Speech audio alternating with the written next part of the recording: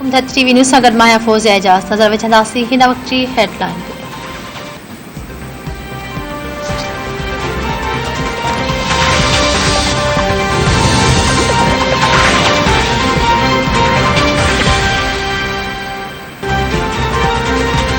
PTI अॻवान शहबाज़ गिल 2 ॾींहनि जी जिस्मानी रिमांड ते पुलिस हवाले। अदालत शहबाज़ गिल जो रिमांड ॾियण वारी अपील मंज़ूर करे वरिती।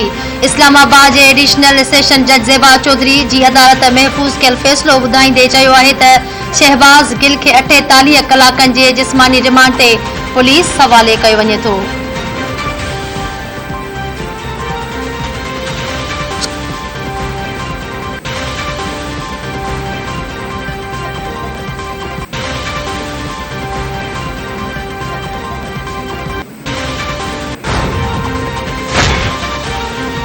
सिंध में बे मरहले जूं मकानी चूंडूं 28 अगस्त ते थींदियूं। सुप्रीम कोर्ट तक बंदियुनि बाबति MQM जी दरख़्वास्त उकलाए छॾी।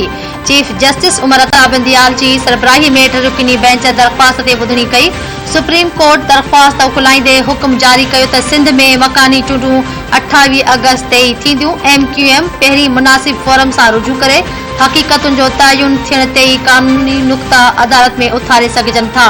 का बि आइनी अदालत हक़ीक़तुनि जे सही तयन खां सवाइ फ़ैसिलो करे नथी सघे। जेका नुक़्ता हाई कोर्ट में न उथारिया विया उन्हनि खे अपील में सीधी रीति ॿुधी नथो सघिजे।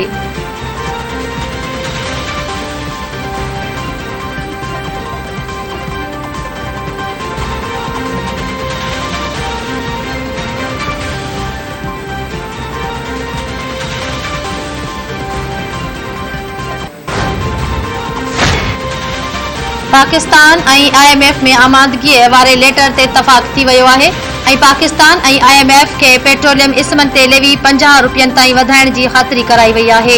ज़रियनि मूजिबि पहिरीं सेप्टेम्बर खां पेट्रोल ते 10 रुपया लीवी, डीज़ल ते 5 रुपया लीवी वधाई वेंदी। सेप्टेम्बर में पेट्रोल ते लीवी वधी 30 ऐं डीज़ल ते 15 रुपया थी वेंदी। ईंदड़ महीननि में लीवी में वधीक 5 रुपया वाध कई वेंदी। जनवरी 2023 ताईं फ़ी लीटर ते लीवी वधी 50 रुपया थी वेंदी।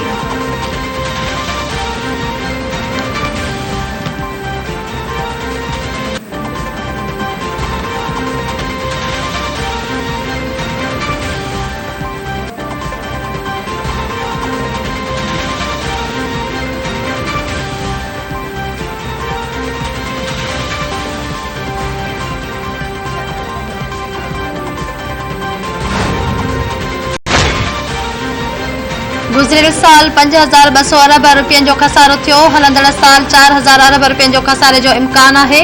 नाणे वारे वफ़ाक़ी वज़ीर मिफ्ताह इस्माइल इस्लामाबाद में हिक तक़रीब खे ख़िताब कंदे चयो आहे त संदन कोशिश आहे त हिन साल मालियाती खसारो घटि थिए। आमदनी ऐं ख़र्च में तवाज़ुन पैदा करणो पवंदो। मिफ्ताह इस्माइल मूजिबि पाकिस्तान उते नाहे जिते उनखे हुजणु घुरिजे। हा, दुनिया खां घुरणु तमामु मुश्किल आहे। पाकिस्तान में मुस्लिम लीग नून जी हुकूमत बिजली जी पैदावार ॿीणी कई।